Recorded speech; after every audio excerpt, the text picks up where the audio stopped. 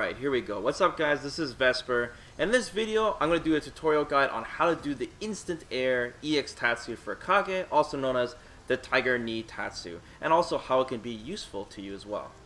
So, the first thing I should mention before we get started here is that it doesn't matter if you use an arcade stick or if you use a regular controller pad, PS4 controller.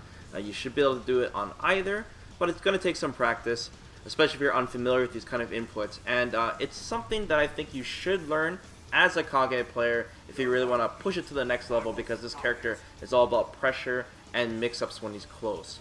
And it's definitely something that you do have to practice, and it's not easy to do it consistently in a match. I mean, I drop it all the time in the match myself, even though I do know the motion. I can do it in training mode quite easily.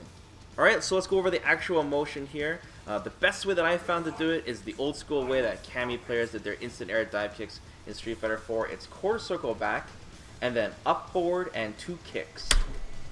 So I'll write down the motion on the screen here, and then I'll go over slowly how you can practice it and how you can tell if you're not inputting it correctly.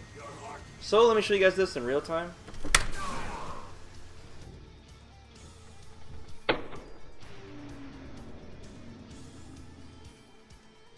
So I think that's the cleanest and fastest way to do the motion. People who are familiar with Tiger Knee motions, I've seen some people attempt to do it with a quarter circle back, up back, 2 kicks.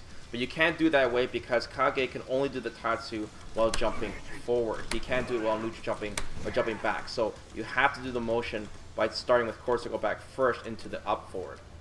If you're really having troubles with this, you might want to try a half circle back into up forward 2 kicks. That might be easier for starting off, just to make sure you really hit that quarter circle back motion. So try that out too.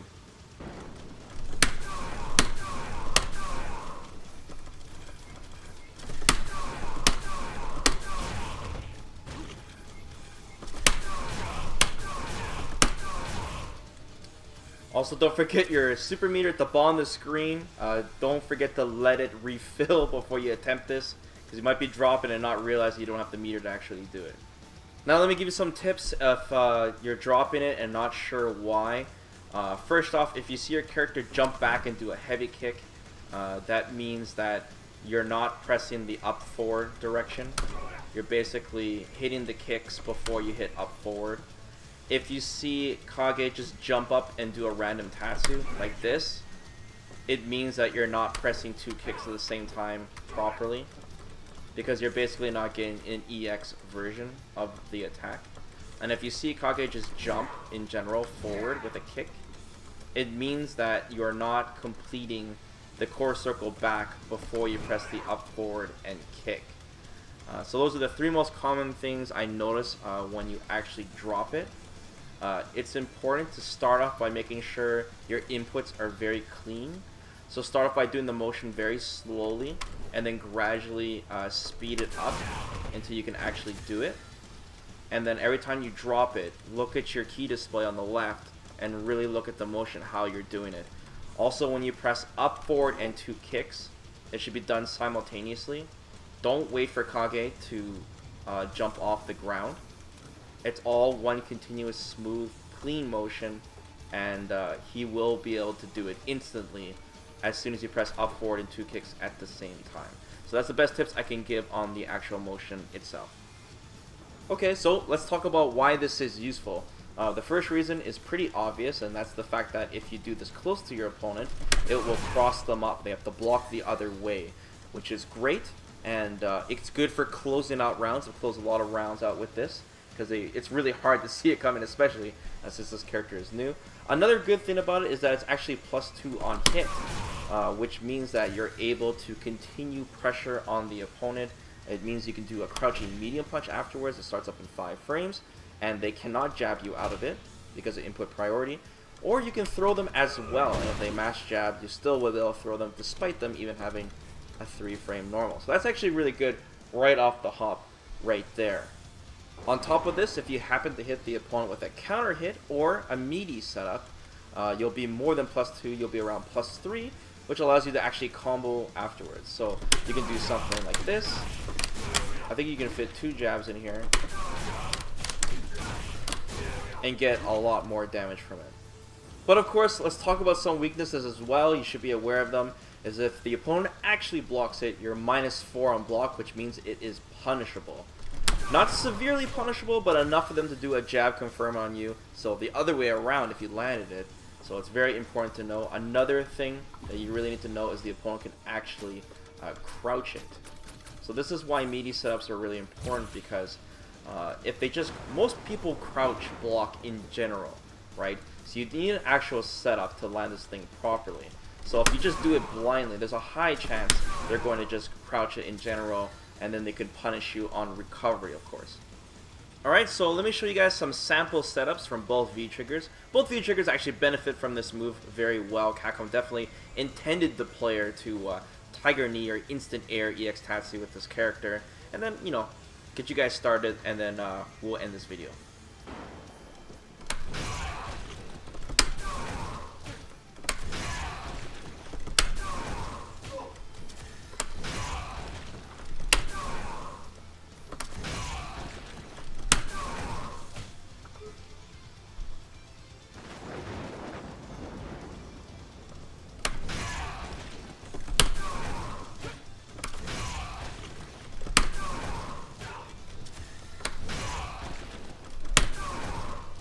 So I'm just showing you guys that it hits perfectly meaty, just proving it for a crush counter setup.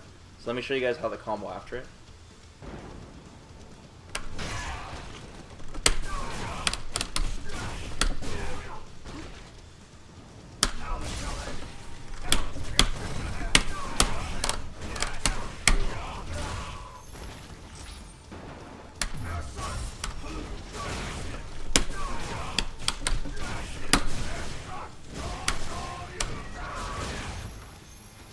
This one's a little tricky because I think you have to wait for like a frame after the dash, but once players figure out a proper setup for this, that'll be really dangerous because this V-trigger 2 causes a hard knockdown. As you can see, I hit that meaty, regardless if the opponent was crouching when they get up, because the meaty hits them regardless.